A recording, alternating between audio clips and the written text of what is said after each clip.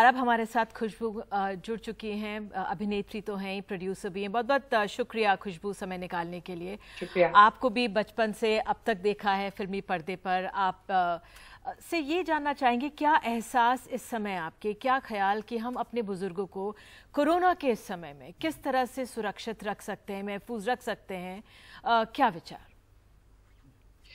पहले तो ये लॉकडाउन के वक्त बहुत ही जरूरी हो जाता है कि हमारे जो बुजुर्ग घर पे हैं, जैसे मेरे घर पे आप देखें तो मेरी मेरी माँ जो है वो अभी 76 की हैं, मेरी सासू माँ भी मेरे साथ रहती हैं, वो 86 की हैं। तो बहुत जरूरी हो जाता है कि उनको अकेलेपन का एहसास ना हो, उनको ये रहे कि हम सब साथ में हैं। उनको एक इमोशनल बॉन्डिंग देना बहुत जरूरी हो जाता है, उनसे बातचीत, क्योंकि अकेलापन महसूस करने लगते हैं कि बाहर नहीं निकल सकते हैं, किसी रिश्तेदारों के घर नहीं जा सकते हैं, तो सिर्फ एक फोन है, फोन पे भी कितना बात करेंगे। तो उनके साथ बहुत जरूरी हो जाता है कि उनको अकेलापन का एहसास हम बिल्कुल ना दें। इस वक्त जो एक बढ़ती उम्र के साथ हम देखते हैं कि जो हमारे बुजुर्ग हैं वो खुद बच्चे बन जाते हैं। किसी वक्त बेफिजूल की उनकी जिद होती है, मतलब ही नहीं होगा लेकिन चिड़चिड़ करने लगते हैं। तो वो सब हमें समझना चाहिए, हमारे पेशेंस लेवल बहुत ज्यादा होने चाहिए जहां तक उनका सवाल है। और जिस तरह से हम एक छोटे बच्चों का ध्यान देते हैं, उनका ख्याल रखते हैं कि उनकी जिद हो, उनका बेफिजूल का चिड़चिड़पन हो, वो सब हम कैसे नजरअंदाज करते हैं, किस तरह से उनको प्यार से समझाते हैं, उसी तरह से हमें हमारे बुजुर्गों के साथ एक बर्ताव रखना चाहिए, उनको समझना चाहिए।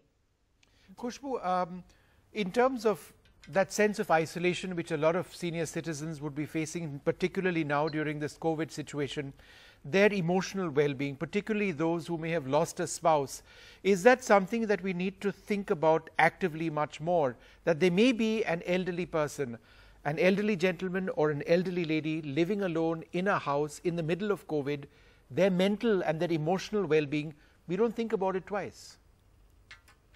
Exactly. I think it's very important that, with the corona or the COVID-19, there is a stigma which comes along with it, unfortunately. We do not understand that there is somebody who's living alone, probably a neighbor's, probably just next door after that. And we don't understand that they need a lot of emotional help this time. This is not the time where you allow them to be isolated. So, the stigma which comes along with COVID-19, that keeps us away from them. We do not want to speak to them. We do not want to find out how they are doing, or 2 words of a lot of solace and comfort. We don't share it with them. I think it becomes very important that we identify people who probably live alone in our street, probably four doors away or the next door, which we have never known. I think it's very important that you make everyone feel that they are taken care of. There are people who are concerned about them.